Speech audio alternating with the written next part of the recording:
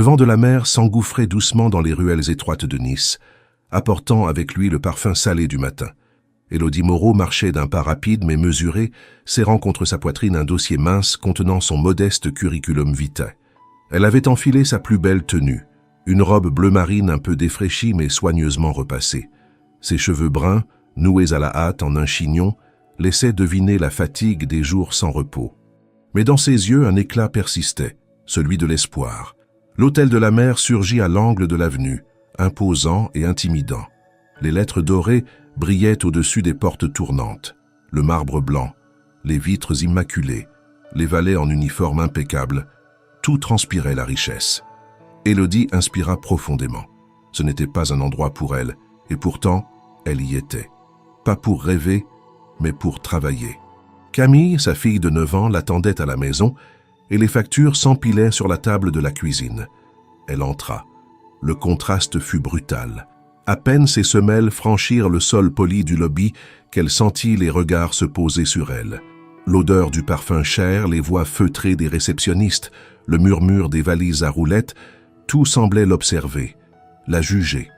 Mais elle garda la tête haute et s'approcha du comptoir. « Bonjour », dit-elle doucement. « J'ai un entretien prévu à 9 heures pour un poste dans le service de ménage. » La réceptionniste, une jeune femme au maquillage parfait, ne leva même pas les yeux. « Asseyez-vous là, madame, on viendra vous chercher », répondit-elle d'un ton neutre en désignant un fauteuil près des ascenseurs. Élodie s'assit, posa son dossier sur ses genoux, croisa les mains. Elle jeta un regard autour d'elle. 2 hommes d'affaires parlaient en anglais près du bar. Une famille riche faisait le check-out, des employés passaient avec des tablettes à la main. Et elle était juste là, une mère célibataire, ancienne femme de ménage dans des maisons privées, invisible parmi les dorures. Le silence fut soudain interrompu par un claquement de talons sur le sol de marbre. « C'est une blague ?» lança une voix haut perchée. Une femme approchait, silhouette droite, jupe stricte, cheveux blonds tirés en arrière, dossier en main. C'était elle, Madame Lefebvre, la responsable des ressources humaines. Élodie la reconnut immédiatement, l'ayant vue en photo sur le site de l'hôtel. « Qu'est-ce que vous faites là, vous ?» demanda-t-elle sans même s'arrêter. Les mots claquèrent dans l'air. Une pause, un souffle suspendu. Tous les regards se tournèrent vers elle. « Je suis là pour l'entretien », répondit Élodie, la voix plus basse qu'elle ne l'aurait voulu. Mais avant même qu'elle ait terminé, Madame Lefebvre leva une main, comme pour couper court. « Non, mais sérieusement, vous croyez vraiment que vous alliez travailler ici ?» Elle rit sèchement, regarda autour d'elle, comme pour chercher des témoins à son mépris. Puis, d'une voix forte, bien plus forte que nécessaire, elle ajouta « Vous n'avez rien à faire ici, rien. Vous ne travaillerez jamais dans cet hôtel. » Le mot résonna. Jamais. Un silence glacé suivit, plus dur que n'importe quel cri. Les réceptionnistes détournèrent le regard. Un groom s'immobilisa à quelques mètres. Un client fronça les sourcils. Élodie sentit une chaleur monter en elle. De honte, de colère. Mais elle ne cria pas. Elle ne pleura pas. Elle se leva lentement, récupéra son dossier avec une dignité tremblante et se dirigea vers la sortie, sans répondre. Mais alors qu'elle atteignait la réception, un mouvement attira son attention. Un homme, visiblement étranger, discutait d'un ton agité avec les employés, ou plutôt tentait de le faire. Il avait un accent anglais marqué, une valise en cuir noir à ses pieds et un air exaspéré. « I asked for my room twice, you don't understand, I booked a suite. Depuis quand est-ce si compliqué ?» Les réceptionnistes semblaient dépassés. L'un d'eux marmonna un instant, monsieur, tandis que l'autre fit semblant de consulter son écran. Élodie, déjà la main sur la porte, s'arrêta. Elle jeta un regard vers l'homme. Quelque chose dans son expression lui rappela tant de clients qu'elle avait aidés dans le passé, dans d'autres hôtels, dans d'autres vies. Elle se retourna, fit quelques pas vers lui. « Excuse me, sir, may I help you ?» demanda-t-elle en anglais, d'une voix douce mais assurée. L'homme tourna la tête, surpris. Un instant, son regard croisa le sien. « Finally, someone » répondit-il avec soulagement. Elle s'approcha, traduisit rapidement ses demandes au réceptionniste, clarifia sa réservation, et en quelques minutes, tout fut réglé. Il la remercia d'un simple « Thank you very much », mais avec un sourire sincère. Élodie fit un signe de tête poli et se tourna à nouveau vers la porte. Elle ne savait pas qu'en ce court instant, sous le regard de cet inconnu, sa vie venait de basculer. car lorsque ses pas résonnèrent sur le marbre froid pour la dernière fois ce matin-là, elle ne vit pas que l'homme la suivait du regard, les yeux plissés d'un intérêt soudain. Mais lui, il avait bien vu. Le soleil commençait à monter plus haut dans le ciel azuréen de Nice, enveloppant les façades blanches de la promenade de sa lumière dorée. Pourtant, à l'intérieur de l'hôtel de la mer, l'atmosphère était bien plus glaciale. Le moment s'était figé, suspendu dans un malaise collectif. Élodie, encore sous le choc de la déclaration violente de Madame Lefebvre, n'osait pas regarder derrière elle. Le bruit de ses propres pas sur le marbre semblait hurler dans ce silence de plomb, chaque écho la piquant de l'intérieur comme une nouvelle gifle. Elle avançait droite mais blessée. Chaque mot résonnait encore dans sa tête. « Vous ne travaillerez jamais ici ». Ce n'était pas une erreur, ce n'était pas un malentendu. C'était une condamnation crachée en public. Elle s'efforçait de contrôler sa respiration. Une seule larme, si elle venait à tomber, serait une victoire pour celle qui venait de l'écraser. Elle s'était levée, elle s'en allait, et elle le ferait sans s'effondrer. C'était la seule chose qu'elle pouvait encore maîtriser, sa dignité. Mais à peine eut-elle franchi les quelques mètres qui la séparèrent de la porte, une voix sèche claqua à nouveau dans l'air. Une seconde! Madame Lefebvre venait de s'avancer brusquement, talons claquants, regard glacial.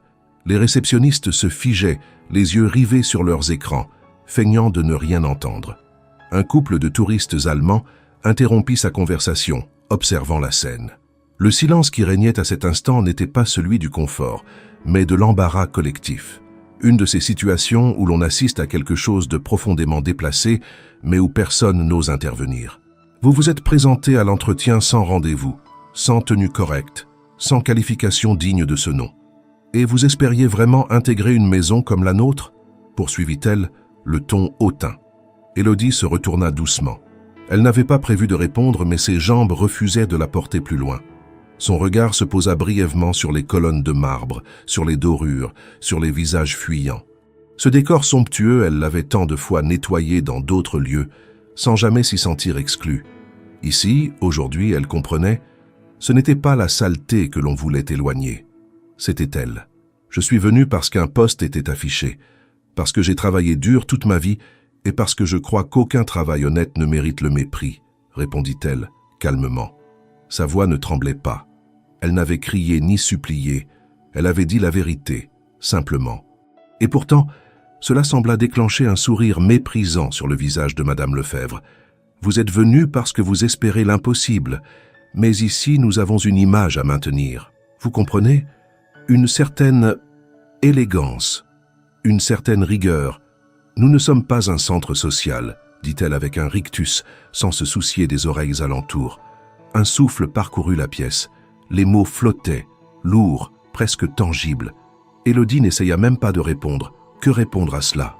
Elle n'avait pas les armes pour ce genre de bataille. Elle savait récurer une salle de bain en 10 minutes, faire briller un carrelage terne, redonner vie à des draps froissés, écouter les silences des clients solitaires. Mais elle ne savait pas se défendre contre l'humiliation habillée de tailleur et parfumée de pouvoir. Elle fit un pas en arrière, puis un autre, se dirigeant de nouveau vers la sortie. Son cœur battait trop vite. Camille, elle pensa à sa fille. Elle devait rentrer. Préparer le repas, vérifier les médicaments, oublier cette matinée, effacer ce souvenir, ne pas lui montrer. Mais alors qu'elle posait la main sur la poignée de la porte principale, un mouvement attira de nouveau son attention. À la réception, l'homme qu'elle avait aidé quelques minutes plus tôt la regardait encore. Il avait assisté à toute la scène. Elle le comprit au regard interrogateur qu'il échangea avec l'un des réceptionnistes. Il semblait chercher à comprendre ce qui venait de se passer, mais surtout pourquoi cela s'était passé ainsi. Il ne dit rien. Elle non plus. Elle sortit. Le soleil l'aveugla un instant.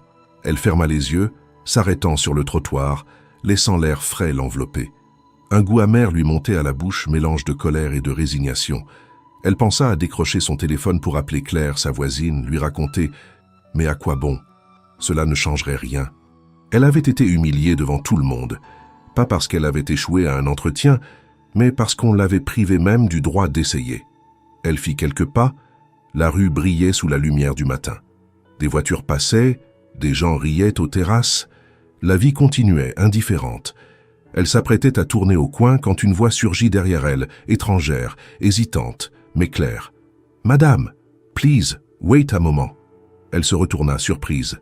C'était lui, l'homme de la réception. Il courait légèrement, une valise à la main, les sourcils froncés. « I saw what happened. That was wrong. Very wrong, dit-il, visiblement troublé par ce qu'il venait de voir. Élodie voulut hausser les épaules, lui dire que ce n'était rien, que ce genre de choses arrivait. Mais elle n'y arriva pas. Il la regardait avec une sincérité qui lui coupa la parole. « Thank you again for helping me. I didn't get your name. »« Élodie, » répondit-elle, simplement. « Élodie, thank you, Élodie. I'll remember you, dit-il en hochant la tête. Elle acquiesça, ne sachant pas quoi ajouter. Elle était fatiguée. Elle voulait partir. Et pourtant quelque chose dans son regard lui disait que ce moment n'était pas fini. Que ces quelques mots prononcés dans la rue, sous le soleil de Nice, venaient d'ouvrir une faille dans le cours des choses. Il la remercia encore une fois, puis retourna dans le hall, laissant Élodie là, seule, au bord du trottoir. Elle regarda une dernière fois les lettres dorées sur la façade de l'hôtel. Ce monde n'était pas pour elle. Du moins, c'est ce qu'elle croyait encore. Mais elle ne savait pas que derrière les portes vitrées, les premières discussions s'amorçaient, que des regards se croisaient, que des décisions déjà commençaient à germer, et qu'à l'intérieur, un homme au nom puissant venait de retenir le sien. Le calme revenu à l'intérieur du lobby était trompeur. Une tempête silencieuse encore s'annonçait, et elle portait le nom d'Élodie Moreau. Le soleil avait déjà grimpé haut dans le ciel de la Côte d'Azur lorsqu'Élodie tourna à nouveau dans la rue transversale, hésitant un instant avant de s'éloigner définitivement de l'hôtel de la mer. Le trottoir semblait plus vaste, comme si l'humiliation qu'elle venait de vivre avait creusé un vide autour d'elle. Les passants, eux, continuaient leur chemin, inconscients du poids que cette femme en robe modeste traînait derrière elle. Elle s'arrêta un moment sous l'ombre projetée d'un parasol fermé, ferma les yeux et inspira profondément. Elle devait se ressaisir.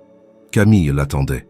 Ce n'était pas la première fois qu'on la rejetait, mais cette fois, le rejet avait été public, brutal, presque théâtral.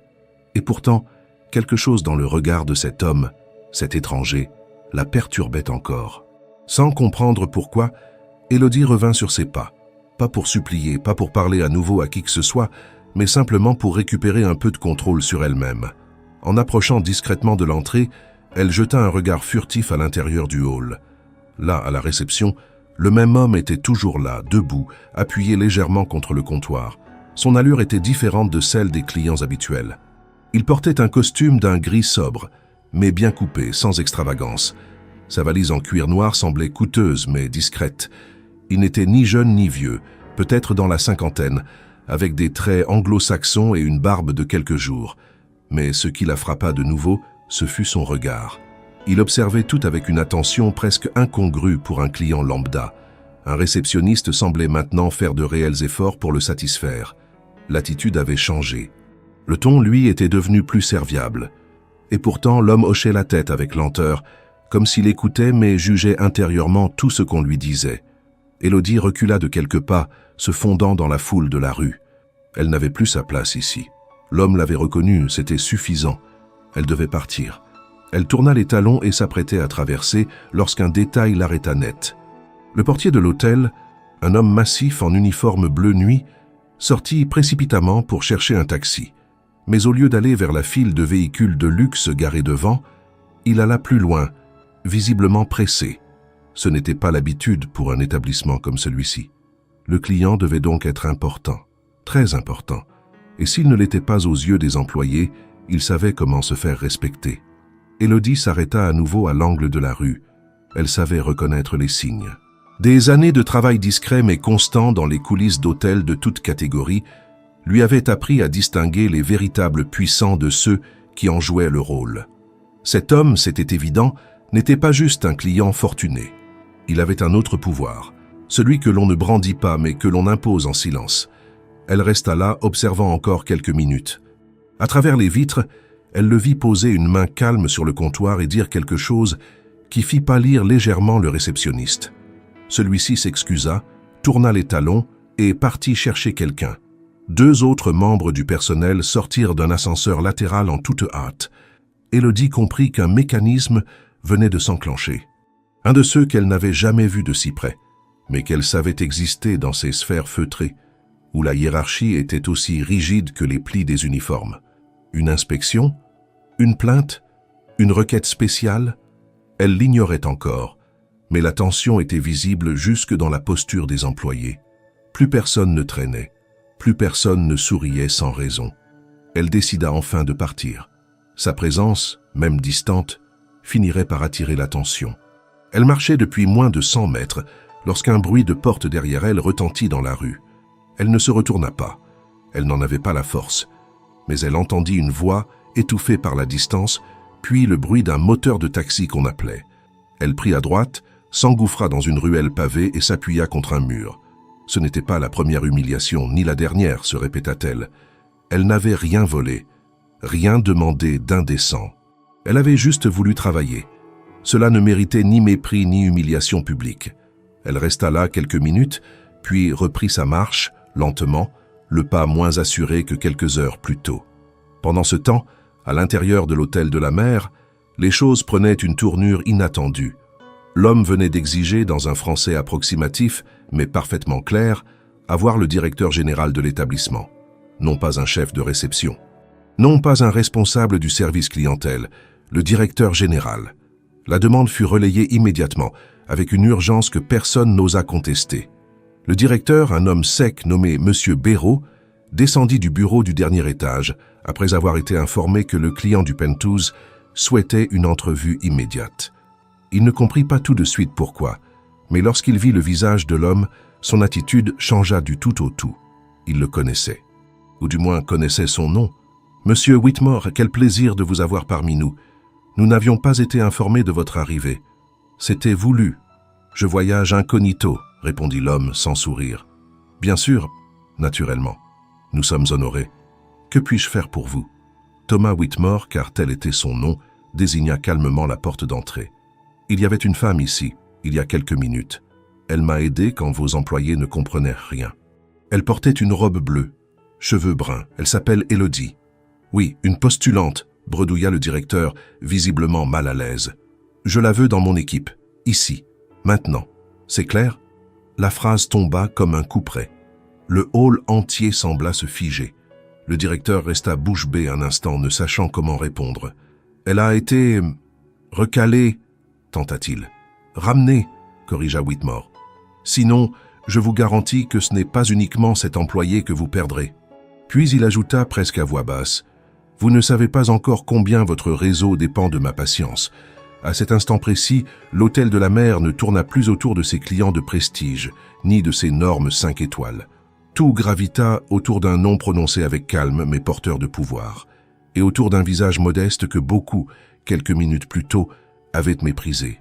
Élodie, quant à elle, était déjà loin, ignorant encore que son destin venait d'être arraché à l'anonymat par une décision inattendue. Une décision qui, dans quelques heures à peine, allait bouleverser tout ce qu'elle croyait savoir du monde du travail, des rapports de force et de la place que certains refusent qu'on prenne, mais que d'autres vous offrent sans prévenir. L'intérieur de l'hôtel de la mer n'avait jamais connu un tel silence. Le va-et-vient habituel des employés, les sonneries étouffées des téléphones, les salutations protocolaires, tout semblait suspendu dans l'attente de la réponse du directeur général.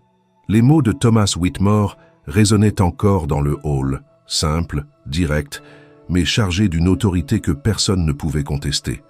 Je la veux ici, maintenant. Rien n'était négociable. Le directeur Béraud, pourtant habitué aux caprices des clients haut de gamme, ne trouva aucune formule pour diluer la tension. Il comprenait qu'il n'était pas face à un touriste ordinaire. Il était face à un homme qui, d'un simple mot, pouvait faire vaciller des partenariats, compromettre des financements, redessiner l'avenir d'une chaîne entière. Dans la panique, le directeur hocha la tête avec un automatisme presque mécanique. Il ordonna à un assistant de localiser immédiatement la femme en question. « Qu'on la retrouve tout de suite », dit-il, déjà en train de réfléchir à ce qu'il allait dire pour masquer l'affront que l'hôtel venait de commettre devant un homme de cette envergure. À côté de lui, Madame Lefebvre, arrivée entre-temps en apprenant que quelque chose de grave se tramait, s'approcha avec un sourire figé, tentant de comprendre ce qui se passait. « Monsieur Whitmore, tout va bien ?» demanda-t-elle, sa voix teintée d'un empressement déguisé. « Qui êtes-vous » répondit-il sans détour. « Je suis la responsable des ressources humaines. déclara-t-elle avec assurance. Il la détailla du regard, lentement, comme s'il évaluait le poids réel de ce titre dans la situation présente. Il ne répondit pas immédiatement. À la place, il fit un signe de tête vers le directeur, comme pour lui signifier que la présence de cette femme était désormais problématique. « Est-ce vous qui l'avez renvoyée » demanda-t-il alors, le regard maintenant figé sur elle. Madame Lefebvre hésita un instant, surprise que le sujet revienne à une simple candidate au poste de femme de chambre. « J'ai suivi les procédures, bien entendu. Elles ne correspondaient pas aux standards de la maison. Vos standards ou les miens ?» la coupa-t-il froidement. Une ombre passa dans son regard. Elle réalisa que le terrain glissait sous ses pieds. Elle tenta de se rattraper. « Écoutez, je pense qu'il y a eu un malentendu. Elle n'était pas prévue à cet horaire, son dossier était incomplet. Elle avait une tenue, disons, inadéquate. Il n'y avait rien de personnel. » Whitmore ne réagit pas. Il semblait plus attentif à la nervosité que provoquait sa seule présence qu'aux justifications qu'on lui offrait. Le directeur Béraud, visiblement à bout, saisit son téléphone, composa un numéro et ordonna qu'un véhicule soit envoyé pour retrouver la candidate Élodie Moreau, en précisant de la ramener immédiatement, avec courtoisie. Madame Lefebvre, de son côté, prit une initiative risquée. Elle s'éloigna brièvement, puis revint quelques minutes plus tard, tenant dans la main une copie du dossier de candidature d'Élodie. Elle le tendit à Whitmore comme une tentative de justification. Voici son dossier. Vous pouvez voir par vous-même. Aucune expérience dans l'hôtellerie de luxe. Elle a été femme de ménage dans de petites pensions, des maisons privées. Rien qui ne corresponde à notre image. Il prit le dossier, l'ouvrit lentement, parcourut les lignes. Son visage resta impassible, mais ses yeux s'attardèrent sur les notes manuscrites. Travailleuse, ponctuelle, attentive, très appréciée des clients. Ce n'était pas un CV impressionnant. Mais c'était un dossier honnête, construit avec des années d'efforts sans reconnaissance. Il referma le dossier sans dire un mot, le tendit au directeur Béraud. « Engagez-la. » Le ton n'était pas autoritaire, il était factuel, presque administratif, comme s'il venait de signer un contrat. Madame Lefebvre voulut intervenir, dire quelque chose, mais le directeur la coupa d'un geste. Il avait compris. Les jeux étaient faits. Et personne, surtout pas lui, n'allait risquer une rupture de contrat avec un des investisseurs les plus puissants du groupe hôtelier. À l'extérieur, dans les rues ensoleillées de Nice, Élodie ne se doutait encore de rien. Elle avait pris un bus en direction de son quartier, assise près de la fenêtre, le regard perdu.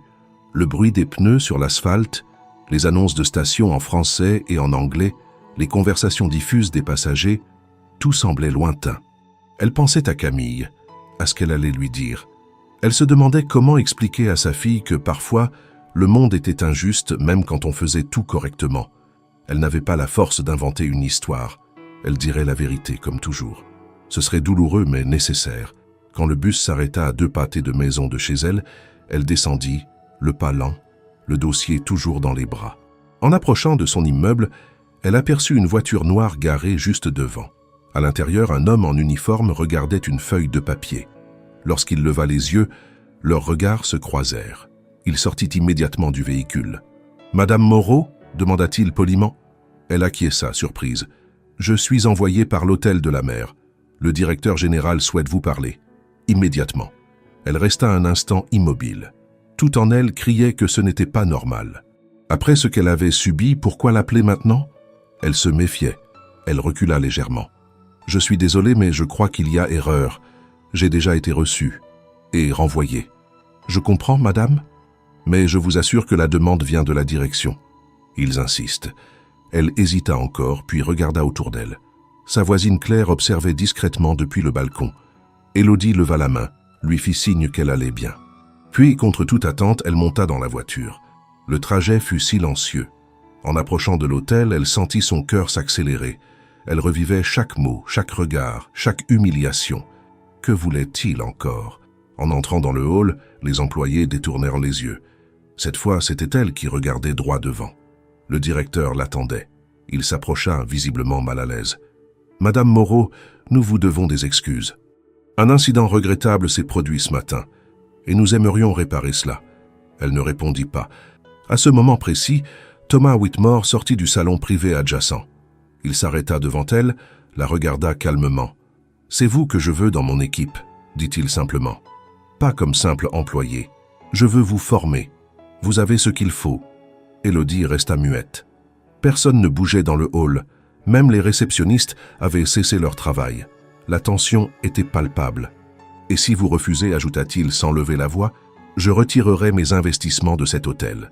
Les mots tombèrent, lourds, inéluctables. Autour d'eux, plus rien ne semblait bouger. Le personnel retenait son souffle.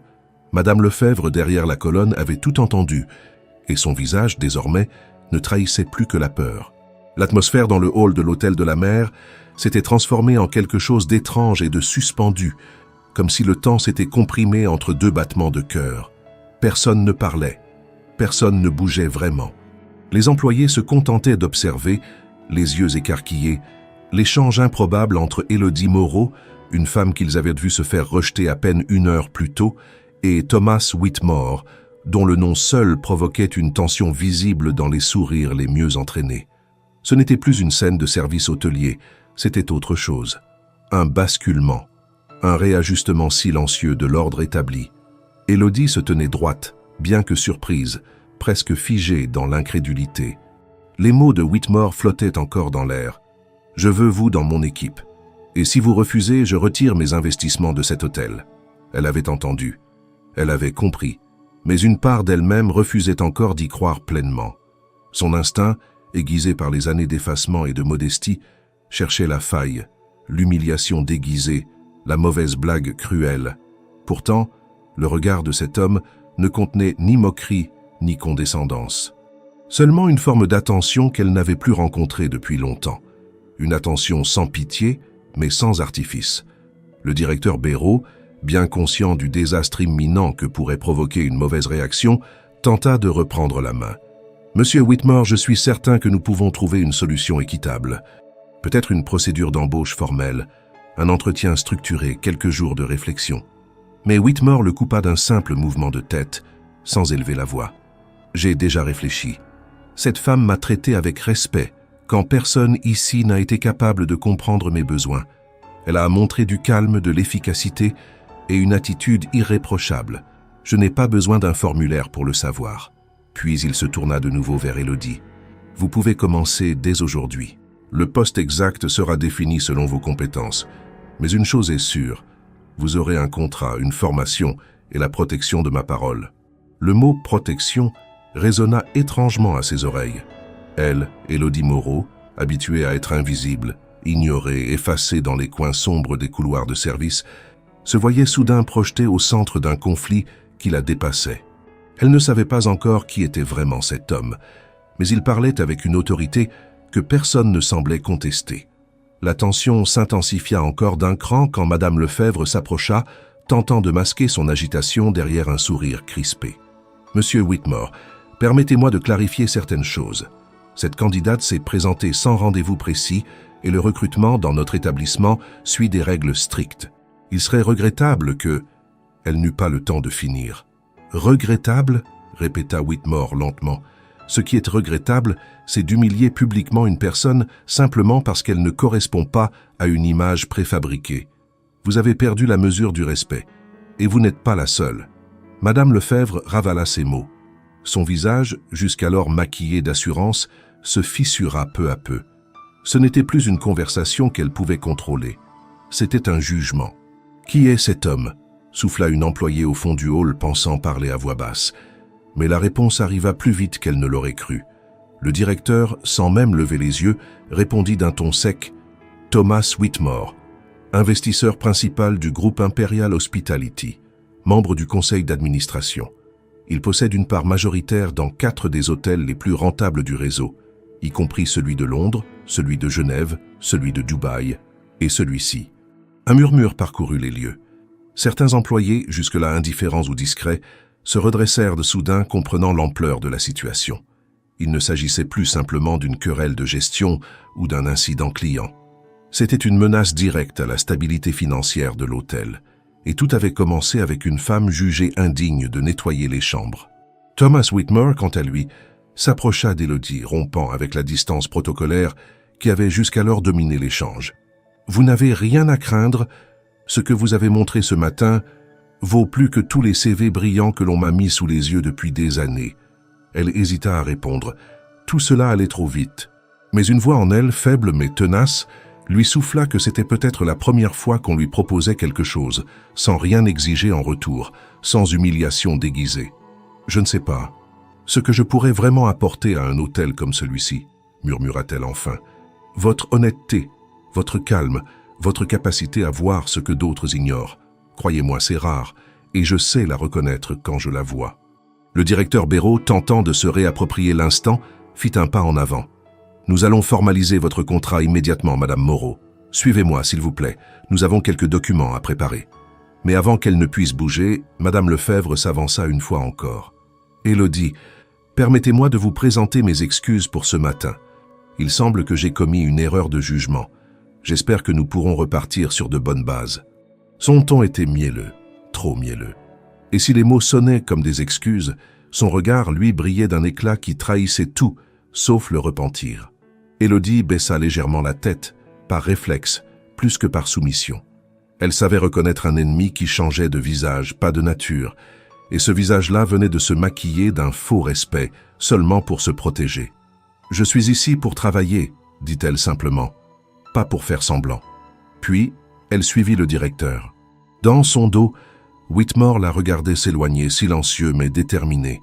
Il savait ce qu'il venait de provoquer, et il ne regrettait rien, car sous les dorures et les sourires de façade, il venait de rétablir une chose trop rare dans ce milieu, la justice. Le lendemain matin, Élodie franchit à nouveau les portes de l'hôtel de la mer. Cette fois, elle ne portait plus sa robe bleue usée, mais une tenue de service remise quelques heures plus tôt par la gouvernante générale du rez-de-chaussée. Elle était simple, propre, fonctionnelle. Pantalon noir, chemise blanche, chaussures confortables. Dans sa poche, un badge à son nom. Pas un badge de stagiaire, ni un badge temporaire, un badge officiel, comme tous les autres employés. Pourtant, malgré ce petit rectangle de plastique accroché à son buste, elle savait que son entrée dans ce monde n'avait rien d'ordinaire. Elle n'était pas ici parce qu'on l'avait choisie parmi des dizaines de candidatures. Elle était ici parce qu'un homme avait posé son regard sur elle, parce qu'il avait vu quelque chose que d'autres avaient délibérément ignoré, voire méprisé. En franchissant le hall, elle sentit aussitôt la pression des regards.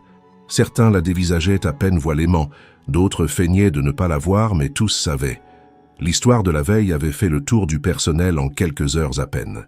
Une femme sans réseau, sans diplôme prestigieux, sans recommandation, était entrée dans l'hôtel par la grande porte, propulsée par un homme dont la seule présence suffisait à faire vaciller les hiérarchies. La gouvernante, Madame Cartier, une femme pragmatique d'une 50aine d'années, l'accueillit avec un sourire bref, presque mécanique. « Suivez-moi, Moreau. Je vais vous montrer les étages qui vous sont assignés. Pas un mot de plus. Pas de bienvenue, ni de félicitations. Juste un ton neutre, professionnel, presque froid. » Élodie ne s'en offusqua pas. Elle savait que l'hostilité ne se manifestait pas toujours par des cris ou des injures. Parfois, le silence pesait davantage. À chaque étage, elle découvrit les longues rangées de chambres, les placards de matériel, les couloirs sans fin où les chariots de linge roulaient comme des navires entre les murs immaculés. Elle connaissait ces lieux sans jamais les avoir vus. Tous les hôtels se ressemblaient dans leurs coulisses. L'odeur des produits d'entretien, les horaires impossibles, la hiérarchie invisible mais impitoyable. Son poste était officiellement assistante du service d'entretien des suites exécutives, une appellation qui semblait plus prestigieuse qu'elle ne l'était en réalité. Concrètement, elle devait nettoyer, ranger, vérifier, s'assurer que les moindres détails correspondaient aux attentes de clients fortunés. Et elle le fit, avec rigueur, sans plainte, sans erreur. Son corps connaissait le travail. Sa mémoire conservait des années d'habitudes efficaces. Plier un drap en 5 mouvements, détecter une tache invisible sur un miroir, faire disparaître une odeur de tabac en moins de 15 minutes. Elle n'avait rien oublié. Mais ce qui pesait plus que le travail lui-même, c'était l'atmosphère. Dès le premier jour, Élodie comprit que sa présence dérangeait. Non parce qu'elle faisait mal son travail, au contraire, mais parce qu'elle était là sans avoir été autorisée par le chemin traditionnel. Elle avait court-circuité les règles, même involontairement. Elle était devenue un rappel vivant que les passe-droits pouvaient fonctionner dans les deux sens. Et surtout, Elle rappelait à certains que le mérite pouvait venir de la rue, pas uniquement des écoles hôtelières prestigieuses. Madame Lefebvre, bien qu'extérieure au service de nettoyage, faisait sentir sa présence de manière constante.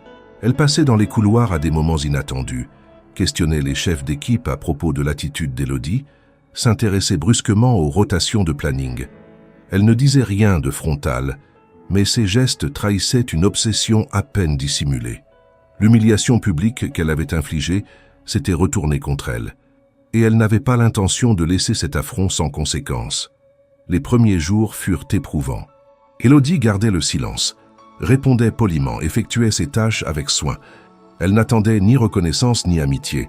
Ce qu'elle voulait, c'était faire son travail, toucher son salaire et rentrer auprès de Camille sans l'angoisse du lendemain. Mais dans un lieu comme celui-ci, la neutralité n'existait pas. Chaque mouvement, chaque sourire, chaque réponse était interprétée, évaluée, classée. Certains collègues évitaient même de lui parler. D'autres, plus souriants en apparence, lui posèrent des questions aux airs innocents mais aux intentions douteuses. « Tu connaissais déjà M. Whitmore avant? C'est vrai qu'il t'a repéré dans le hall? T'es la seule à avoir été embauchée comme ça ?» Elle répondait peu, consciente que toute parole pouvait être retournée contre elle. Et pourtant, au milieu de cette tension diffuse, quelques visages se montrèrent différents. Il y avait Amina, une femme d'origine algérienne qui travaillait depuis plus de 15 ans à l'entretien. Elle ne parlait pas beaucoup, mais lors d'une pause discrète dans les vestiaires, elle lui glissa simplement « Tu bosses bien, laisse-les parler ». Puis il y avait Julien, le responsable du linge, qui avait remarqué qu'elle repliait les serviettes selon une méthode peu utilisée mais très efficace. Il lui avait demandé de lui montrer. Elle l'avait fait, sans prétention. Il n'avait rien dit, mais depuis ce jour, il ne détournait plus les yeux quand elle passait. Malgré les efforts de certains pour l'isoler, Élodie faisait son chemin, lentement, discrètement, mais solidement. Elle ne cherchait pas à plaire, seulement à rester digne. Chaque soir, en rentrant chez elle, elle retrouvait Camille, lui racontait des morceaux de sa journée, toujours en les adoucissant. Elle taisait les humiliations, les regards. Elle ne parlait que des bonnes choses. Le couloir qui sentait le jasmin, les draps en lin blanc qu'elle n'avait jamais touchés avant, la vue incroyable depuis la suite du dernier étage. Et Camille l'écoutait, les yeux brillants, comme si sa mère lui racontait un conte. Elle n'avait pas besoin de savoir que sa mère avançait dans un champ miné. Elle avait juste besoin de sentir que, pour une fois, les choses tenaient debout. Puis, au 5e jour, un événement inattendu vint briser la routine. En fin d'après-midi, alors qu'un gala se préparait dans le grand salon Belle Époque du rez-de-chaussée, une urgence éclata. Les sanitaires principaux étaient hors service. Une panne du système de pression. Plus aucun lavabo ni toilette ne fonctionnait. Le personnel paniquait. Les techniciens étaient injoignables. Le directeur, déjà occupé avec les arrivées de clients VIP, exigeait une solution immédiate. Élodie, qui passait par là pour livrer du linge propre, entendit l'échange entre deux responsables. « Si les toilettes restent fermées pendant l'événement, c'est un désastre », disait l'un. « On ne peut pas rerouter les flux sans autorisation. Le système est trop ancien. » Elle s'approcha discrètement. « Je peux peut-être aider, dit-elle doucement. » Les deux responsables la regardèrent, mi-surpris, mi-amusés. « Tu crois pouvoir régler une panne hydraulique ?» ironisa l'un d'eux. « J'ai déjà vu un système comme celui-ci, dans un hôtel à Marseille. Il y a une vanne secondaire derrière le local de service. Si elle est bloquée, la pression saute. Je peux vérifier. » Un instant de silence. Puis, devant l'urgence, ils la laissèrent faire. Elle trouva la vanne. Elle força légèrement avec un outil emprunté à l'atelier. La pression se rééquilibra. En 10 minutes, les toilettes fonctionnaient à nouveau.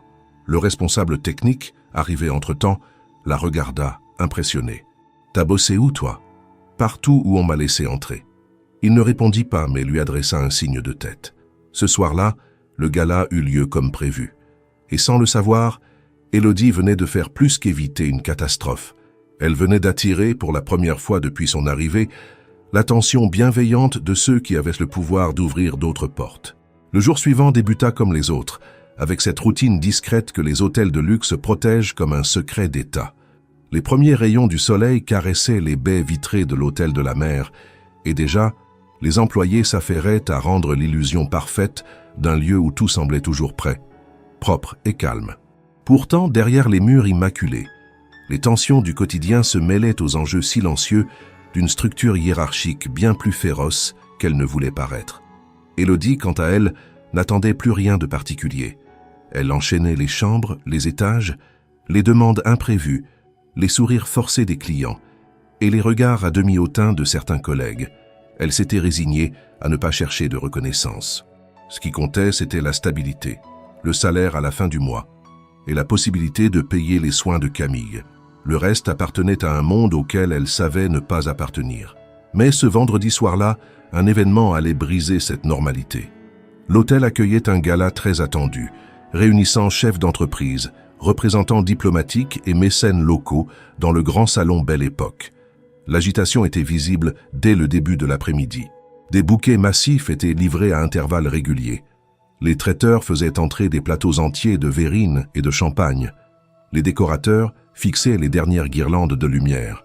Tout devait être parfait. Vers 17 heures, alors que le soleil déclinait et que le hall principal se remplissait doucement de tenues de soirée et de talons hauts, un incident d'apparence mineure prit soudain des proportions inattendues. Une des gouvernantes courut vers le service technique. Les toilettes du rez-de-chaussée, celles réservées aux invités de marque, ne fonctionnaient plus. Les robinets ne donnaient plus d'eau, les chasses ne répondaient pas, et pire encore, une odeur désagréable commençait à s'installer dans le couloir adjacent. La panique monta vite. On essaya d'appeler les techniciens. Aucun ne répondait. Certains étaient déjà en intervention dans un autre établissement de la chaîne. D'autres étaient injoignables à cette heure. Les responsables d'étage couraient dans tous les sens, tentant de comprendre d'où venait la panne. Le directeur général, averti, descendit immédiatement furieux. Il exigeait une solution rapide. Le personnel de nettoyage restait à distance, impuissant. La seule réponse concrète fut d'envoyer un employé chercher un plombier externe. Mais personne ne savait s'il arriverait à temps. Le gala allait commencer dans moins de 2 heures. Élodie, qui finissait une vérification de linge à l'étage, entendit les échanges à travers son talkie-walkie. Elle reconnut la voix affolée d'une responsable. « On ne peut pas accueillir 100 personnes sans toilettes opérationnelles. C'est hors de question. » Le ton n'était plus professionnel. Il était désespéré. Elle descendit sans y être appelée, traversa le couloir où l'odeur s'intensifiait et demanda à l'un des responsables « Vous avez vérifié la vanne secondaire, derrière le local des produits d'entretien ?» L'homme la regarda sans comprendre. « Quelle vanne ?»« Celle qui alimente les sanitaires de cette aile. C'est un modèle ancien, je l'ai déjà vu dans un autre hôtel. Si elle se bloque, tout le système se coupe, mais le reste du bâtiment continue à fonctionner. » Il haussa les épaules, incapable de répondre. Elle n'attendit pas son approbation. Elle contourna la zone, pénétra dans un couloir réservé au personnel et ouvrit un panneau qu'elle avait repéré quelques jours plus tôt. À l'intérieur, la vanne en question. Immobile, oxydée. Elle prit un chiffon, y enroula sa main, força légèrement. Un claquement se produisit. Un bruit sourd, puis un sifflement discret. Quelques secondes plus tard, une femme de chambre cria depuis les toilettes. « Ça refonctionne! L'eau est revenue !» Un mélange de soulagement et d'incrédulité parcourut les équipes. Certains applaudirent, d'autres restèrent figés, comme s'ils ne comprenaient pas ce qui venait de se passer. Le directeur arriva en trombe, constata lui-même que tout était à nouveau opérationnel et demanda « Qui a réglé ça ?» Un silence. Puis un collègue, hésitant, désigna Élodie du menton. « C'est elle. » Le directeur la regarda un moment. Il ne la remercia pas. Pas encore. Il nota simplement mentalement que son nom venait de prendre une autre valeur. Pendant le gala, alors que les invités riaient sous les lustres et que les coupes de champagne s'entrechoquaient dans une euphorie contenue, Élodie retourna à son service comme si de rien n'était. Elle ne dit rien de l'incident. Elle reprit son chariot, retourna dans les étages et nettoya 2 chambres supplémentaires. Mais dans le bureau de la direction, les discussions, elles, avaient changé de ton. Le lendemain matin, elle fut appelée pour une réunion à 8 heures. Ce n'était pas courant. Pas pour quelqu'un à son poste. Lorsqu'elle entra dans la salle, 3 personnes l'attendaient. Le directeur général, la gouvernante en chef et un représentant de la direction des opérations du groupe hôtelier. Ce dernier, un homme élégant mais sec, ouvrit la réunion avec des mots nets. « Nous avons été informés de votre intervention hier soir. Il semble que vous ayez évité un incident majeur. » Élodie hocha simplement la tête. « Vous êtes ici depuis peu, mais plusieurs membres de l'équipe ont remarqué votre efficacité. Nous aimerions vous proposer une nouvelle fonction, coordinatrice des services d'entretien. Ce poste n'existait pas ici, mais nous souhaitons le créer pour mieux structurer les interventions techniques et organisationnelles. Elle écoutait sans comprendre totalement. Le mot coordinatrice sonnait comme quelque chose de trop grand pour elle, mais ce n'était pas une blague. Les visages devant elle étaient sérieux. L'offre était réelle. Vous aurez à former, superviser et optimiser les équipes sur certains étages. Cela implique plus de responsabilités et une meilleure rémunération. Elle hésita. Elle pensa à Camille, à sa charge, à son temps, à sa fatigue. Mais elle pensa aussi à l'humiliation de la première fois, à cette voix hautaine qu'il avait déclarée inapte et au silence qui avait suivi sa réparation. « J'accepte », dit-elle simplement. Le directeur acquiesça. Mais la gouvernante ne réagit pas. Pas un mot, pas un sourire. Une absence d'émotion qui valait 1000 soupçons.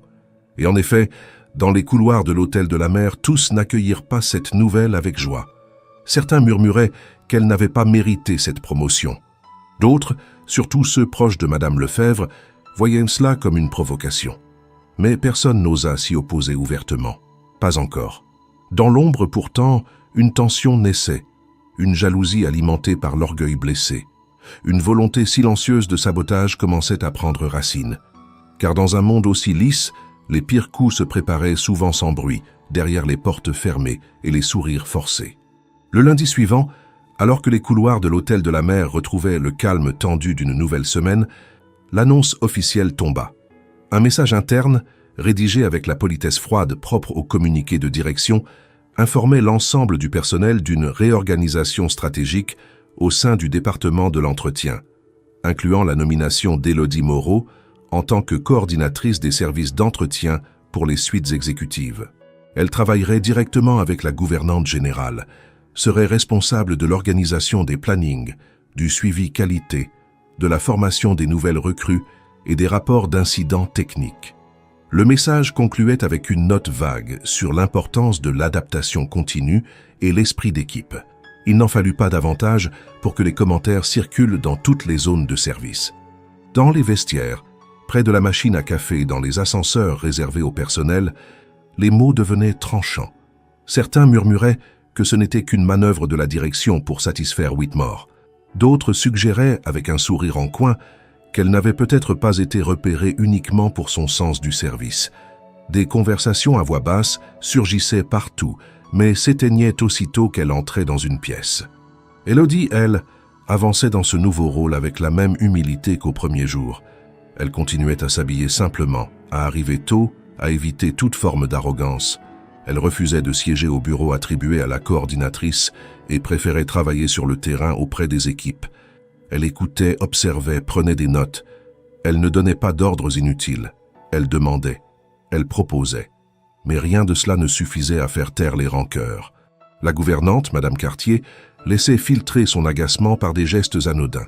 Des réunions décalées sans prévenir, des documents introuvables, des informations omises. Elle n'attaquait jamais frontalement. Elle pratiquait l'effacement discret. Élodie comprenait le message. Elle n'était pas bienvenue. Sa présence dérangeait l'ordre établi. Elle représentait une anomalie dans un système où les promotions étaient censées se mériter selon des règles non dites, où le parcours comptait plus que les compétences réelles. Mais contre toute attente, quelques employés prirent sa défense. Amina, toujours discrète, afficha pour la première fois une position claire. Lorsqu'une collègue insinua qu'Élodie ne tiendrait pas 2 semaines, elle répondit sans hausser la voix « Elle en a déjà tenu des milliers, ailleurs, sans badge ni promotion. Elle tiendra ici aussi. » Julien du service de linge alla plus loin. Lors d'un déjeuner en salle de repos, il prit la parole devant 5 autres employés. « Vous savez pourquoi ça dérange tant qu'elle soit promue ? Parce qu'elle travaille mieux que ceux qui font semblant depuis des années. On le sait tous, et c'est ça qui dérange. » Son ton n'était pas agressif, juste honnête, mais il suffit à diviser la pièce. 2 collègues quittèrent la table sans un mot. D'autres restèrent, en silence. Les jours suivants, Élodie fit tout pour apaiser les tensions. Elle établit un système de roulement plus équitable, allégea les plannings les plus chargés, proposa des formations en petits groupes pour améliorer les techniques d'entretien et d'organisation. Elle n'imposait rien, Mais même la transparence pouvait être perçue comme une menace quand elle venait d'une personne que certains refusèrent de reconnaître comme légitime. C'est dans ce climat tendu qu'eut lieu un incident qui faillit tout faire basculer. Un jeudi matin, une cliente du 2e étage, une habituée de l'établissement, appela furieuse à la réception. Une de ses boucles d'oreilles en or blanc, ornées de saphir, manquait à l'appel. Elle jurait l'avoir laissée sur sa table de nuit la veille. La réception, suivant le protocole, enregistra la plainte et la direction déclencha immédiatement une enquête interne. Le service de sécurité visionna les caméras, interrogea les personnes ayant accédé à l'étage concerné et dressa une liste des employés ayant nettoyé cette chambre. Le nom d'Élodie figurait dans le registre de surveillance. Elle avait inspecté la chambre en fin de journée pour vérifier la qualité du service rendu. C'était une procédure normale dans ses nouvelles fonctions. Mais dans un climat déjà polarisé, cela suffisait à nourrir les soupçons. La rumeur se propagea en quelques heures. Certains employés chuchotaient qu'elle n'était peut-être pas si propre qu'elle le paraissait, que les gens trop discrets avaient souvent quelque chose à cacher. La gouvernante générale, bien qu'officiellement neutre, ordonna qu'Élodie soit retirée de la coordination jusqu'à la fin de l'enquête. Aucune accusation n'était encore portée, mais le simple doute suffisait à suspendre sa légitimité. Élodie, une fois de plus, se retrouva à marcher dans les couloirs avec le poids d'un soupçon sur les épaules. Elle ne dit rien. Elle continua à venir, à s'habiller, à saluer. Mais elle fut temporairement reléguée à un poste d'appoint. Ses collègues l'évitaient. Les regards étaient redevenus lourds. La confiance s'était évaporée. Elle rentra ce soir-là plus fatiguée que d'habitude. Camille, en la voyant, courut dans ses bras. Élodie la serra longuement, en silence. Elle ne voulait pas que sa fille sente le retour de l'injustice, cette sensation sourde qu'on ne pouvait rien faire contre ce qui vous écrase. Le lendemain, l'enquête s'intensifia. La sécurité chercha les images de la caméra de surveillance du couloir. Une en particulier intéressait la direction, celle qui couvrait la porte de la chambre au moment exact de l'inspection. Mais lorsque le responsable technique consulta les archives, il découvrit que la séquence manquait. La caméra avait cessé d'enregistrer pendant 32 minutes, précisément au moment de l'inspection d'Élodie. Cette anomalie fut immédiatement signalée à la direction. Un incident technique peut-être, ou autre chose. La gouvernante haussa les épaules, parlant de coïncidence.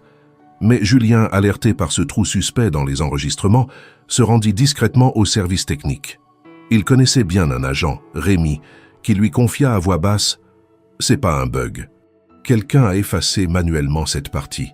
Faut un accès administrateur pour ça. » Julien comprit alors que quelque chose de plus grave se tramait, et ce n'était pas une simple erreur de protocole. Sans le dire à Élodie, il commença à poser des questions. Il consulta les journaux de connexion du système, nota les horaires, les accès. Une signature se répétait, un nom, celui d'une personne haut placée, une personne dont l'animosité envers Élodie n'était un secret pour personne. Et cette fois, le doute allait peut-être changer de camp. Le ciel au-dessus de Nice était chargé ce matin-là. Une lumière grise et sans éclat recouvrait la ville, comme si l'atmosphère pesante qui régnait dans l'hôtel de la mer s'était étendue à toute la côte d'Azur. À l'intérieur, les visages des employés étaient marqués par une tension contenue. L'affaire du bijou manquant avait cessé d'être un simple incident. Elle était devenue le centre de toutes les conversations. On ne parlait plus que de cela dans les couloirs à voix basse entre deux tâches. Plus personne ne s'intéressait aux clients, aux réservations de luxe ou aux plateaux de service. Tout tournait autour d'un seul nom, Élodie Moreau. Depuis la veille, elle avait été écartée de son poste de coordinatrice. Officiellement, il s'agissait d'une mesure préventive, le temps que l'enquête interne suive son cours. En réalité, c'était une mise à l'écart habile, une manière de neutraliser celle qui dérangeait. Madame Lefebvre, qui avait gardé un silence stratégique pendant les premières étapes de l'enquête, commençait à refaire surface. Elle avait été vue plusieurs fois en aparté avec la gouvernante générale, murmurant des conseils, relisant les procédures de sécurité, se montrant disponible pour assister à la clarification de l'affaire. Ce matin-là, Élodie arriva comme à son habitude, ponctuelle, discrète, habillée simplement. Elle avait peu dormi. Camille, inquiète sans comprendre, avait demandé si tout allait bien. Elle avait menti, comme toutes les mères le font parfois pour protéger. Mais à l'intérieur, elle bouillonnait d'un mélange de colère et de lassitude. Elle n'avait rien volé. Elle n'avait rien à se reprocher. Et pourtant, elle marchait à nouveau dans les couloirs comme une intruse. Dans la salle de pause, les regards se faisaient plus insistants. Certains détournèrent les yeux, d'autres murmuraient. Amina, toujours fidèle, s'approcha et posa une main légère sur son bras. Aucun mot, juste ce geste. Ce fut suffisant pour qu'Élodie sache qu'elle n'était pas totalement seule. Pendant ce temps, dans les coulisses du service technique, Julien poursuivait son enquête discrète. Il avait pris soin de ne pas impliquer directement Élodie. Il ne voulait pas lui donner de faux espoirs. Mais les données qu'il avait extraites du système de vidéosurveillance l'obsédaient. La caméra du deuxième étage, celle qui couvrait précisément le couloir où le bijou avait disparu, avait cessé de fonctionner pendant exactement 32 minutes. Et dans les logs d'activité du serveur de stockage, un seul accès avait été enregistré à cette heure-là, un accès administrateur. Julien connaissait peu les procédures informatiques, mais suffisamment pour comprendre qu'il ne s'agissait pas d'un hasard. Il avait donc demandé à Rémi, son collègue du service technique, de lui imprimer un extrait du registre des accès. Et là, noir sur blanc, il avait vu un nom apparaître, Claire Lefebvre, le même nom que celui qui avait déclaré, devant tout le personnel, qu'Élodie ne travaillerait jamais ici. Le même nom que celle qui, depuis le début, refusait de reconnaître la légitimité de sa présence dans l'établissement. Julien resta longtemps devant cette feuille. Il savait ce que cela signifiait. Mais il savait aussi que ce genre de preuve ne suffirait pas à faire tomber quelqu'un comme Madame Lefebvre. Il fallait plus. Il fallait une confirmation, un témoignage, une autre trace. Il se rendit donc dans la salle des archives où étaient stockés les rapports quotidiens de surveillance. Il fouilla dans les dossiers papier, car même à l'ère du numérique, certains registres restaient manuscrits, notamment les feuilles de passage dans les zones à accès restreint. Et là, il trouva ce qu'il cherchait, une note rédigée par un agent de sécurité intérimaire indiquant que Madame Lefebvre a accédé à la salle des serveurs le soir du 24e pour vérification administrative. Le même soir où le bijou avait disparu. Julien comprit alors qu'il ne pouvait plus garder cela pour lui. Il alla voir directement le directeur Béraud. Il demanda un entretien privé, insista pour qu'aucun autre responsable ne soit présent. Le directeur, intrigué, accepta. Dans le bureau feutré du dernier étage, Julien exposa tout, les accès, la coupure de la vidéo, la disparition du bijou, la présence de Madame Lefebvre dans la salle des serveurs. Le directeur l'écouta sans l'interrompre. Lorsqu'il eut terminé, Béraud resta un moment silencieux. Il fixait la feuille devant lui, son visage impassible. Puis il demanda d'une voix lente, « Vous comprenez ce que vous êtes en train de m'apporter ?»« Oui, » répondit Julien, « et je sais que si je ne le fais pas, personne d'autre ne le fera. » Le directeur acquiesça. Il rangea les documents dans une pochette, la verrouilla dans un tiroir et remercia Julien. Il ne dit pas ce qu'il comptait faire. Mais ce soir-là, Élodie fut convoquée de nouveau. Elle entra dans le bureau, persuadée qu'on allait lui annoncer une sanction. Elle s'était préparée mentalement à une mise à pied, peut-être même à un licenciement. Ce fut donc avec une expression figée qu'elle salua le directeur. Mais il ne l'accueillit pas avec la froideur habituelle. Il lui demanda de s'asseoir, puis lui dit simplement « L'enquête n'est pas terminée, mais certaines informations récentes nous amènent à reconsidérer la situation. » Elle fronça les sourcils, surprise. Il poursuivit « Je vous demande de rester discrète encore quelques jours. Ne réagissez pas aux rumeurs. Ne cherchez pas à vous justifier. Restez concentré sur votre travail. »« Je suis toujours écartée de mon poste » demanda-t-elle. « Pour l'instant, oui, officiellement, mais officieusement. Nous sommes en train de vérifier une autre piste. » Elle n'en sut pas plus. Mais en sortant du bureau, elle croisa Madame Lefebvre dans le couloir. Leur regard se croisa. Pour la première fois, Élodie vit dans les yeux de cette femme autre chose que du mépris. Elle y vit une alerte, une méfiance, comme si elle avait compris que quelque chose lui échappait. Le lendemain, une nouvelle réunion fut annoncée. Thomas Whitmore venait de revenir à Nice, plus tôt que prévu, officiellement pour une série d'inspections. Mais dans les coulisses, tous savaient qu'il était au courant de ce qui se tramait. Et cette fois, il n'allait pas se contenter d'observer. Dans les sous-sols, les vidéos effacées n'étaient plus le seul secret. La vérité, lentement, commençait à remonter à la surface. Et avec elle, la certitude que la guerre silencieuse menée contre Élodie n'allait pas rester sans conséquence. La tension à l'intérieur de l'hôtel de la mer atteignit un seuil inédit dès le matin du retour de Thomas Whitmore. L'annonce de sa présence n'était pas encore officielle, mais elle s'était déjà propagée à travers les couloirs du personnel avec la rapidité d'une rumeur dangereuse. Les conversations cessèrent à son passage, les téléphones étaient rangés prestement, les postures se redressaient. Tous savaient que sa venue ne relevait pas d'une simple formalité. Ce n'était pas une visite de courtoisie ni une inspection de routine. Ce matin-là, les couloirs sentaient la poudre. Le directeur Béraud reçut Thomas dans son bureau dès 8h30. Leur échange fut bref, mais ferme. Whitmore, dossier à la main, n'attendit pas les politesses d'usage. Il voulait des réponses claires sur l'incident du bijou et surtout des explications sur les irrégularités du système de vidéosurveillance. Lorsque Béraud évoqua les éléments recueillis par Julien et Rémy, les sourcils de Whitmore se froncèrent légèrement. Il lut les rapports en silence puis demanda « Est-ce que Madame Lefebvre a été informée de ces preuves ?»« Pas encore », répondit le directeur. « Je préférais que vous soyez présent pour la confrontation. »« Bien, convoquez-la et appelez également Élodie Moreau. Je veux que tout soit dit en présence des deux principales concernées. » À 9h20, une réunion fut organisée dans la salle du conseil, au dernier étage. En plus de Whitmore, du directeur Béraud, d'Élodie et de Madame Lefebvre, quelques autres membres de la direction furent invités à y assister en tant qu'observateurs, sans droit d'intervention. La disposition de la pièce, avec sa grande table ovale, ses baies vitrées sur la Méditerranée et ses murs capitonnés, contrastait violemment avec la tension glaciale qui y régnait. Élodie, silencieuse, s'assit à gauche du directeur. Elle ne savait pas encore ce qu'elle faisait là. On lui avait dit de se présenter, sans plus. Elle avait obéi encore une fois. Mais son regard montrait une fatigue profonde. Elle n'attendait rien de cette réunion. Elle se préparait même à entendre la décision de son renvoi. Madame Lefebvre entra à son tour, visiblement contrariée d'avoir été convoquée.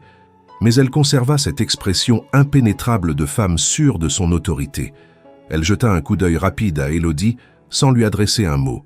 Thomas Whitmore prit la parole en premier. Cette réunion a pour but de faire toute la lumière sur un incident survenu récemment dans cet établissement.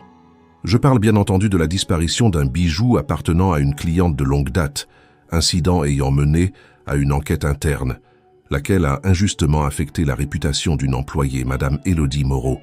Madame Lefebvre leva un sourcil. Injustement, il me semble que les procédures ont été suivies. Aucun jugement n'a été rendu. Nous avons simplement pris des mesures de précaution. Vraiment ? Demanda Whitmore impassible. Alors comment expliquez-vous l'effacement d'une séquence vidéo essentielle à l'enquête et surtout l'accès à la salle des serveurs par votre identifiant personnel au moment exact de cette suppression ? Le silence qui suivit fut total. Le regard de Madame Lefebvre vacilla une fraction de seconde. Elle tenta de se reprendre. Il s'agit sans doute d'une erreur du système. J'ai régulièrement besoin d'accéder au serveur pour vérifier certains rapports. Je ne suis pas responsable des bugs techniques. Ce n'est pas un bug, intervint Julien, qui venait d'être invité à entrer dans la salle. Le fichier a été supprimé manuellement. J'ai vérifié les logs avec Rémy et les traces sont claires.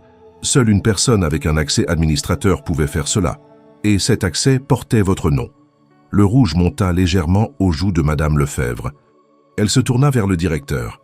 Vous permettez qu'un employé de niveau intermédiaire remette en question mon intégrité devant tout le conseil? C'est absurde. Ce qui est absurde, répliqua Whitmore, c'est qu'un hôtel de cette catégorie laisse un tel abus de pouvoir passer inaperçu.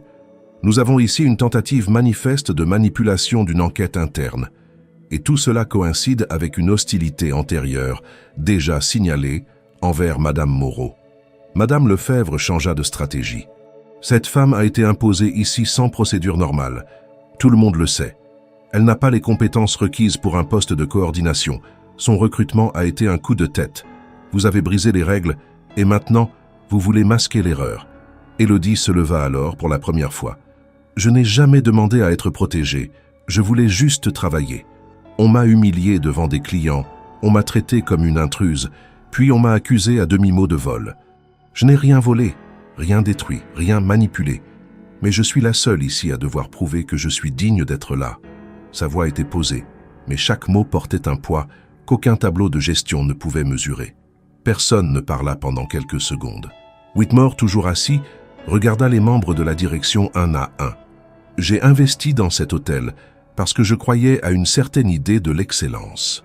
Mais l'excellence ne se mesure pas qu'aux étoiles affichées sur la façade. Elle se mesure aussi à la manière dont on traite les gens.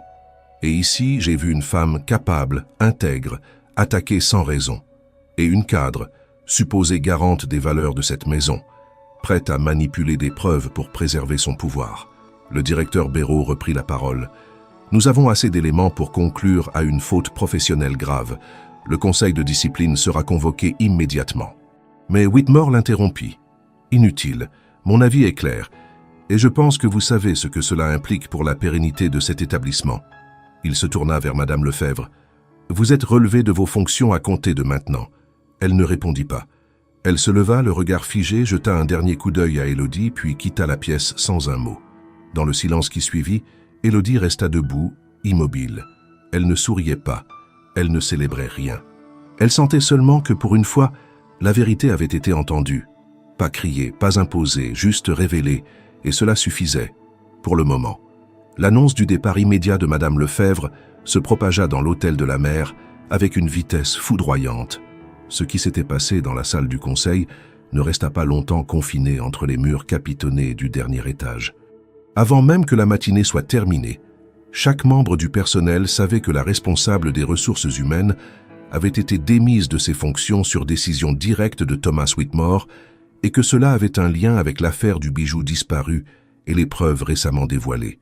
Personne n'osa dire tout haut ce qu'il pensait, mais dans les regards échangés dans les couloirs, une même pensée circulait. Le pouvoir avait changé de camp. Ce même matin, Élodie fut rétablie à son poste de coordinatrice, sans cérémonie ni discours officiels. Elle reçut simplement un message sur son téléphone professionnel, signé du directeur. « Votre fonction est réactivée. Merci de reprendre vos responsabilités dès aujourd'hui. » Elle lut ce message en silence, assise seule dans la salle de repos. Amina vint lui déposer un café, comme un symbole silencieux d'approbation. Julien passa devant elle, leva le pouce discrètement, puis repartit sans rien dire. Il n'y avait pas de triomphe, il n'y avait pas de fête, juste une forme de soulagement discret, comme si chacun comprenait que ce qui avait été rétabli n'était pas un privilège, mais un équilibre. Mais l'histoire n'était pas terminée. Dans l'après-midi, Élodie fut convoquée de nouveau, cette fois dans une autre salle, plus petite, plus intime. Elle s'attendait à un débriefing, peut-être une discussion sur la suite de ses fonctions, mais lorsqu'elle entra, elle trouva Thomas Whitmore assis seul, un dossier en main, regard tourné vers la fenêtre ouverte sur la mer. « Asseyez-vous », dit-il calmement. Elle obéit, méfiante. Elle ne savait pas si elle devait remercier, s'excuser ou simplement attendre. « Ce que vous avez vécu ici n'est pas normal », reprit-il sans détour. « Ce n'est pas comme cela que les gens doivent être traités. Ni dans un hôtel, ni ailleurs. » Elle resta silencieuse. « Ce que vous avez montré ici, votre calme, votre efficacité, votre capacité à gérer la pression, ce sont des qualités qu'on ne peut ni enseigner, ni imposer. On les a, ou pas, et vous les avez, depuis le début. » Elle fronça légèrement les sourcils, ne comprenant pas où il voulait en venir. « Je vous fais une proposition, Élodie. Je veux que vous intégriez l'équipe internationale de coordination des services hôteliers de notre groupe. Ce que vous avez fait ici, vous pouvez le faire ailleurs, à une échelle plus large. Je veux que vous transmettiez ce que vous êtes à d'autres équipes, que vous formiez, que vous structuriez, que vous inspiriez. » Le mot « inspirer » l'a pris de court. Elle, inspirée? Elle, l'invisible, l'exclue du hall, celle qui avait été humiliée publiquement avant même d'avoir été entendue? « Je ne suis pas sûre d'être faite pour ça, » murmura-t-elle. « Moi, je le suis, » répondit-il. « Et je suis sûre que vous êtes exactement la personne qu'il faut. » Il ouvrit le dossier. Il y avait un contrat, une feuille simple, sans fioriture, un poste à responsabilité, une rémunération largement supérieure à celle qu'elle avait jamais espérée, un logement de fonction à Paris et des déplacements réguliers dans les autres établissements du groupe, mais plus que tout, une reconnaissance officielle, une position que personne ne pourrait lui contester sans remettre en question les choix stratégiques du groupe lui-même. Elle lut sans parler, elle sentit ses mains trembler légèrement. « Je sais que c'est beaucoup », ajouta-t-il, « et je sais que ce n'est pas une décision facile, mais je vous propose quelque chose de réel, pas une faveur, une opportunité méritée. Vous n'avez aucune obligation d'accepter, mais vous méritez de savoir que cette porte vous est ouverte. Elle reposa les feuilles lentement. « Il y a ma fille, dit-elle simplement. Elle a besoin de soins réguliers, de stabilité. Elle a une routine ici. » Whitmore hocha la tête. Il semblait avoir anticipé cette réponse. « J'ai aussi une fille, dit-il. Elle est adulte maintenant. Mais je me souviens très bien de ce que cela signifie, élever un enfant seul.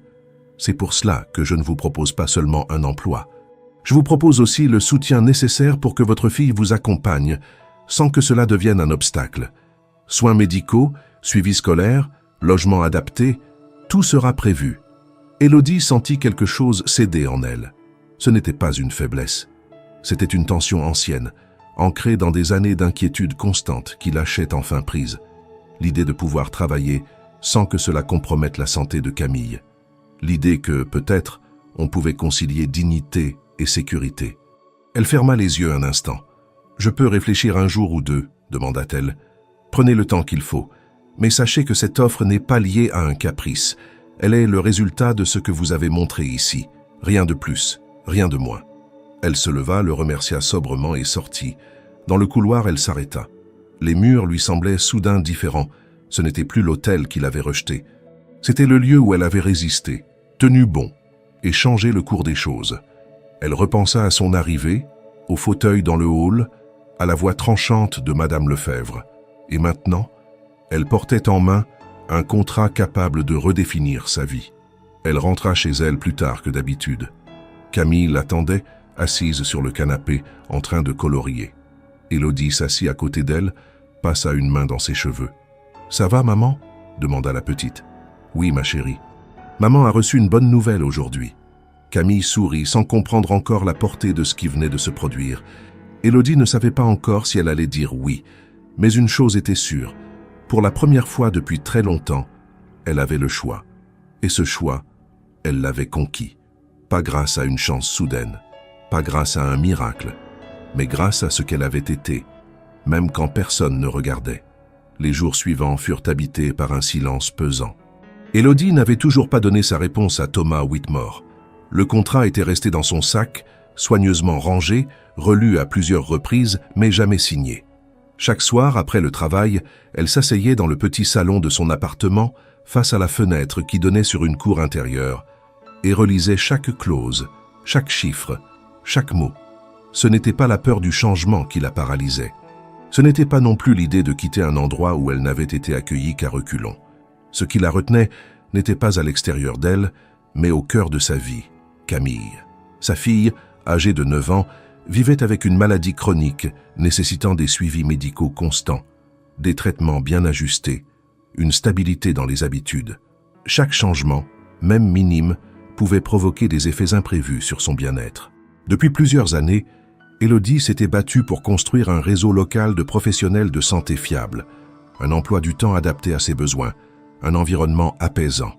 Elle savait que quitter Nice, même pour une opportunité exceptionnelle, signifiait briser cet équilibre fragile, au risque de plonger sa fille dans une spirale d'instabilité médicale et émotionnelle. Ce n'était pas une décision de carrière, c'était une décision de mère. Un vendredi soir, alors que Camille dormait profondément après une journée fatigante, Élodie se retrouva seule à sa table de cuisine, le contrat ouvert devant elle. Elle y voyait plus qu'une offre. Elle y voyait une promesse, celle d'une vie moins incertaine, d'une reconnaissance légitime, d'un avenir professionnel qu'elle n'avait jamais osé imaginer. Mais chaque avantage noté sur le papier venait avec une inquiétude sourde. Comment concilier cette ascension avec les besoins spécifiques de sa fille? Qui s'occuperait de ses traitements? Quelle école accepterait une élève avec des suivis médicaux aussi précis? Comment vivre à Paris, loin des repères que Camille connaissait depuis toujours? Le lendemain, elle demanda à rencontrer Whitmore à nouveau. Il accepta sans délai, l'invitant dans un bureau temporaire qu'il occupait à l'hôtel. Il la reçut avec une chaleur discrète, mais sans fausse intimité. « Je suppose que vous avez des doutes », dit-il sans détour. « Oui, et ils ne sont pas liés au poste, ni à moi. Ils concernent ma fille. » Elle prit une inspiration, puis expliqua tout sans filtre. La maladie, les médecins, le protocole, les horaires à respecter, le besoin de régularité, de structure, d'attention continue. Elle ne jouait pas sur la corde sensible. Elle n'exigeait pas de pitié. Elle exposait simplement la réalité, froide, concrète, implacable. Whitmore écouta sans interrompre. Lorsqu'elle eut terminé, il posa les mains à plat sur la table. « Merci de me dire cela. Vous n'avez rien à justifier. C'est votre vie. Et c'est à vous de décider ce qui est bon pour votre fille. Mais je ne veux pas que vous refusiez cette opportunité uniquement parce que vous pensez qu'elle est incompatible avec vos responsabilités de mère. » Il ouvrit un dossier devant lui. « J'ai consulté notre réseau de partenaires médicaux. Nous avons la capacité d'organiser un accompagnement adapté. Nous pouvons faire en sorte que Camille ait accès à un suivi médical équivalent à celui qu'elle reçoit ici, voire meilleur. À Paris, vous serez à proximité des meilleurs spécialistes du pays. Nous prenons en charge les frais médicaux dans leur totalité, ainsi que l'accompagnement scolaire spécialisé si nécessaire. » Élodie le regarda, bouche entr'ouverte. Elle ne s'attendait pas à ce niveau de précision. « Vous avez fait tout ça avant même que je donne ma réponse. Je ne propose jamais quelque chose sans prévoir les conséquences. Et je ne vous veux pas dans cette fonction si vous êtes constamment tiraillé entre votre devoir professionnel et vos responsabilités de mère. Si vous venez, ce sera en étant sereine, sinon cela ne marchera pas. » Il marqua une pause. « Vous ne serez pas la seule à faire un choix difficile. Moi aussi, je fais un pari. Je parie sur vous, mais je refuse de gagner ce pari si c'est au prix du bien-être de votre fille. » Ces mots, dits sans emphase, touchèrent Élodie plus qu'elle ne le montra. Il n'essayait pas de la convaincre. Il lui offrait un cadre viable, une vraie solution pensée, préparée. Pas un rêve enrobé de promesses creuses, mais une proposition concrète, adaptée, réaliste. Elle prit le dossier que Whitmore lui tendit, contenant les coordonnées des spécialistes, les écoles partenaires, le protocole de soins proposé. Elle le lut dans la nuit, 3 fois. Chaque fois, les mêmes pensées revenaient. Elle pensait à Camille, aux nuits passées à l'hôpital, au rendez-vous manqué parce qu'elle ne pouvait pas s'absenter, à l'angoisse de ne pas pouvoir tout concilier. Et maintenant, cette vie-là, cette routine lourde, pouvait être transformée. Le lendemain, elle appela Claire, sa voisine, et lui expliqua la situation. Claire resta silencieuse un moment, puis dit « Tu as tout donné pour Camille, Élodie. Si maintenant quelqu'un t'offre une manière de continuer à lui donner le meilleur, sans t'effacer complètement, alors vas-y. Elle ne perdra pas sa mère. Elle gagnera une mère qui peut enfin respirer. » Cette phrase resta avec elle toute la journée. Elle l'entendait dans sa tête pendant qu'elle nettoyait les dernières chambres de son service. Elle y pensait lorsqu'elle repliait les draps, rangeait les mini-bars, passait dans les couloirs. Et le soir, en rentrant, elle prit Camille sur ses genoux, la regarda dans les yeux et dit doucement « Maman a reçu une proposition. Ce serait dans une autre ville. Ce serait un changement pour nous deux. Mais tout serait fait pour que tu sois bien, pour que tu sois soignée comme ici, peut-être mieux. Qu'est-ce que tu en penses ?» Camille pencha la tête, réfléchit, puis dit simplement « Est-ce que tu serais moins fatiguée, maman ?»« Oui, je crois. Alors je veux bien. Mais seulement si on peut emmener la peluche Lapinou. » Elles rirent ensemble. C'était un oui. Pas parce qu'Élodie rêvait d'un poste important, mais parce qu'elle voyait, pour la première fois, la possibilité d'une vie où elle n'aurait plus à choisir entre survivre et être présente pour sa fille. Elle signa le contrat le lendemain, et en le déposant dans les mains de Thomas Whitmore, elle ne dit qu'une phrase. « Merci de ne pas m'avoir demandé de choisir entre être une employée et être une mère. » Il répondit simplement « C'est parce que vous êtes les deux, et c'est ça votre force. » Le jour du départ arriva plus vite qu'Élodie ne l'avait imaginé. Les semaines précédentes avaient été un tourbillon d'organisation, de bilans médicaux, de démarches administratives, de cartons soigneusement empilés dans l'appartement. Camille, curieuse et excitée, avait visité sa nouvelle école lors d'un aller-retour discret à Paris, accompagnée par un coordinateur du groupe hôtelier. Elle avait adoré la cour, les ateliers, les salles lumineuses. Elle avait même demandé si elle pouvait y aller tout de suite, avant même que le déménagement soit terminé. Pour Élodie, en revanche, l'approche du départ avait un goût plus complexe. Ce n'était pas la nostalgie des lieux qui la travaillait. L'hôtel de la mère n'avait jamais été son foyer. Mais quelque chose en elle résistait à l'idée de partir sans fermer la boucle. Il ne s'agissait pas de reconnaissance. Ce n'était pas non plus un désir de revanche. Elle voulait simplement traverser une dernière fois cet endroit, non plus comme celle qu'on avait ignorée, ni même comme celle qu'on avait portée au sommet sous l'impulsion d'un homme influent, mais comme celle qu'elle était vraiment, Une femme qui avait refusé d'être écrasée. Elle arriva ce matin-là sans uniforme. Vêtue d'un pantalon beige, d'un chemisier blanc, les cheveux attachés sobrement, elle poussa les portes de verre de l'entrée principale avec la même main qui, des mois plus tôt, avait tremblé en tenant un CV froissé. Il était 8 heures du matin. L'hôtel était en pleine transition. Les petits déjeuners prenaient fin, les chambres se vidaient lentement, les valises roulaient jusqu'au taxi aligné dehors. Personne ne l'attendait, et pourtant, dès qu'elle franchit le hall, les mouvements ralentirent. Les réceptionnistes, surpris, relevèrent les yeux. Certains membres du personnel la reconnurent immédiatement. Elle avança sans chercher le regard de personne, mais en saluant d'un simple signe de tête ceux qu'elle croisait. Elle ne portait plus le poids du doute, ni celui de l'attente. Elle venait dire au revoir à un lieu qui l'avait blessée, mais qui, malgré tout, avait révélé sa force. À gauche du hall, le fauteuil dans lequel elle avait été assise le jour de l'entretien avorté était toujours là. La même tapisserie beige, le même angle face au comptoir. Elle s'arrêta une seconde, sans s'asseoir. Elle observa les murs, les dorures, le marbre sous ses pieds. Ce n'était pas le décor qui avait changé. C'était elle.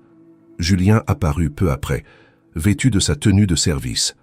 Il la rejoignit sans précipitation, un sourire discret aux lèvres. « On va sentir ton absence, dit-il simplement. »« Je suis sûr que tu t'en remettras, répondit-elle avec un sourire en coin. » Ils échangèrent un regard d'égal à égal. Pas celui d'une subordonnée à un collègue de longue date, mais celui de deux personnes qui savaient ce que signifiait se battre pour rester debout. Amina arriva ensuite. Elle ne dit rien. Elle tendit simplement une petite boîte en carton. À l'intérieur, un porte-clés en tissu brodé avec les lettres C, M, pour Camille. Élodie la serra dans ses bras. C'était la première fois qu'elle s'enlaçait. Cela dura moins de 5 secondes, mais ce fut plus éloquent que 1000 adieux. Quelques autres employés s'approchèrent, ceux qui n'avaient pas pris part au murmure, ceux qui avaient observé de loin et reconnu avec le temps la valeur de son engagement. Il n'y eut ni discours, ni applaudissements. Juste des regards francs, des mains tendues, quelques mots sobres, mais sincères. Puis alors qu'Élodie se dirigeait vers la sortie, une silhouette apparut. C'était le directeur Béraud. Il portait un costume sombre, sans cravate, et s'approcha d'un pas mesuré. « Vous partez aujourd'hui » dit-il plus comme une confirmation que comme une question. « Oui » il hésita, puis ajouta « Je voulais vous dire que j'ai appris de cette histoire. Pas tout de suite, pas comme il aurait fallu. Mais j'ai appris. » Elle hocha la tête. « C'est ce qui compte. Vous allez faire de grandes choses, Madame Moreau, et ce sera entièrement votre œuvre. » Elle ne répondit pas. Ce n'était pas l'approbation d'un supérieur qu'elle était venue chercher, mais le fait qu'il la regarde dans les yeux, sans détour, avec une sincère reconnaissance, suffisait. Elle atteignit la grande porte tournante, posa la main sur le verre. Mais avant de la pousser, elle se retourna une dernière fois. Le hall était silencieux. Les conversations s'étaient tues. Les mouvements s'étaient ralentis. Tous la regardaient sans hostilité. Il y avait là ceux qui l'avaient ignorée, ceux qui l'avaient soutenue, ceux qui avaient douté. Et tous, sans exception, étaient figés dans un même instant suspendu. Un instant de respect. Élodie tourna les talons, traversa les portes. Le soleil de Nice lui frappa le visage. Un taxi l'attendait, le moteur allumé, Camille à l'intérieur, les mains collées à la vitre. Elle ouvrit la portière, s'installa et serra sa fille contre elle. Alors que le véhicule s'éloignait de l'hôtel, elle ne se retourna pas. Ce n'était plus nécessaire. Elle n'emportait aucun souvenir matériel. Seulement l'histoire d'une femme qu'on avait voulu faire taire avant même qu'elle parle. Une femme qu'on avait regardée de haut parce qu'elle ne portait pas le bon tailleur, parce qu'elle n'avait pas les bons papiers, parce qu'elle ne venait pas du bon monde. Une femme qui, sans fracas, sans vengeance, sans fureur, avait imposé son nom là où personne ne voulait l'inscrire. Et désormais, ce nom allait figurer dans les registres d'une chaîne hôtelière internationale. Non pas comme un nom décoratif, mais comme un nom de référence.